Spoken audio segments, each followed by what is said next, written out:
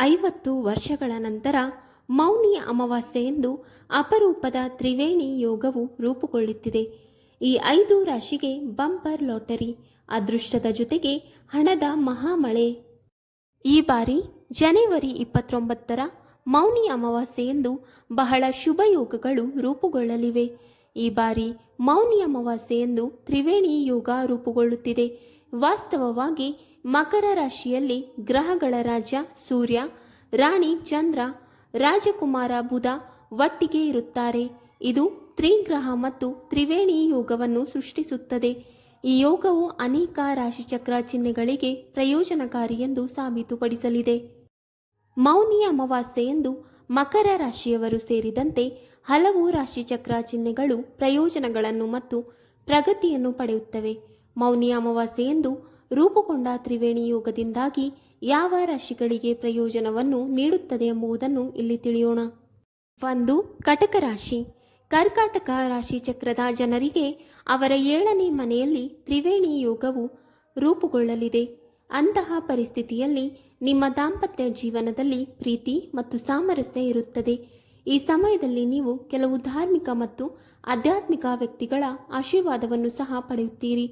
ಕುಟುಂಬದಲ್ಲಿ ಶುಭ ಕಾರ್ಯಕ್ರಮ ನಡೆಯುವ ಸಾಧ್ಯತೆಯೂ ಇರುತ್ತದೆ. ಈ ಅವಧಿಯಲ್ಲಿ ನೀವು ಕೈಗೊಳ್ಳುವ ಯಾವುದೇ ಪ್ರಯಾಣವು ನಿಮಗೆ ಪ್ರಯೋಜನಕಾರಿಯಾಗಲಿದೆ. ಈ ಅವಧಿಯಲ್ಲಿ ಕೈಗೊಳ್ಳುವ ಪ್ರಯಾಣಗಳು ನಿಮ್ಮ ಜೀವನದಲ್ಲಿ ಸಕಾರಾತ್ಮಕ ಬದಲಾವಣೆಗಳನ್ನು ತರುತ್ತವೆ. 2. ವೃಷಭ ರಾಶಿ. ಮೌನಿ ಅಮಾವಾಸ್ಯೆಯೆಂದು ರೂಪುಗೊಂಡ ತ್ರಿವೇಣಿ ಯೋಗದಿಂದಾಗಿ ವೃಷಭ ರಾಶಿ ಜನರ ಅದೃಷ್ಟ ಹೊಳೆಯಲಿದೆ. ಅಂತಹ ಪರಿಸ್ಥಿತಿಯಲ್ಲಿ ನೀವು ಅನೇಕ ಧಾರ್ಮಿಕ ಪ್ರವಾಸಗಳನ್ನು ಕೈಗೊಳ್ಳಬಹುದು. ಜೊತೆಗೆ ನೀವು ಸದ್ಗುಣದ ಲಾಭವನ್ನು ಪಡೆಯುತ್ತೀರಿ. ಈ ಯೋಗದಿಂದಾಗಿ ನಿಮ್ಮ ಸಂತೋಷದ ಸಾಧನಗಳು ಸಹ ಹೆಚ್ಚಾಗುತ್ತವೆ. ನಿಮ್ಮ ಪೂರ್ವಜರ ಆಸ್ತಿಯಿಂದ ನೀವು ಪ್ರಯೋಜನಗಳನ್ನು ಪಡೆಯಲಿದ್ದೀರಿ. ಉದ್ಯೋಗಿಗಳಿಗೆ ಸಮಯ ತುಂಬ ಒಳ್ಳೆಯದಾಗಿರುತ್ತದೆ.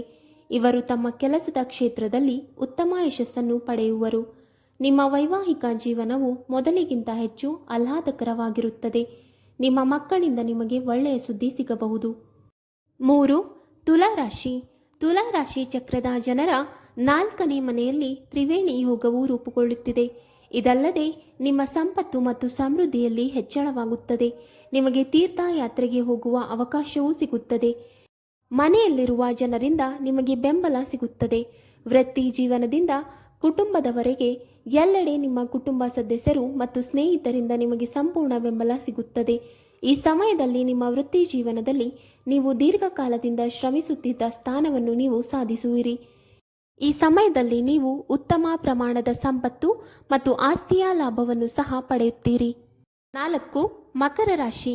ತ್ರಿವೇಣಿ ಯೋಗವು ಮಕರ ರಾಶಿಯಲ್ಲಿ ರೂಪುಗೊಳ್ಳಲಿದೆ. ಈ ಸಂಯೋಜನೆಯು ನಿಮಗೆ ಅತ್ಯುತ್ತಮವಾಗಿರುತ್ತದೆ. ಈ ಸಮಯದಲ್ಲಿ ನೀವು ಬಹಳ ದಿನಗಳಿಂದ ಕಾಯುತ್ತಿದ್ದ ಎಲ್ಲವನ್ನು ನೀವು ಪಡೆಯುತ್ತೀರಿ.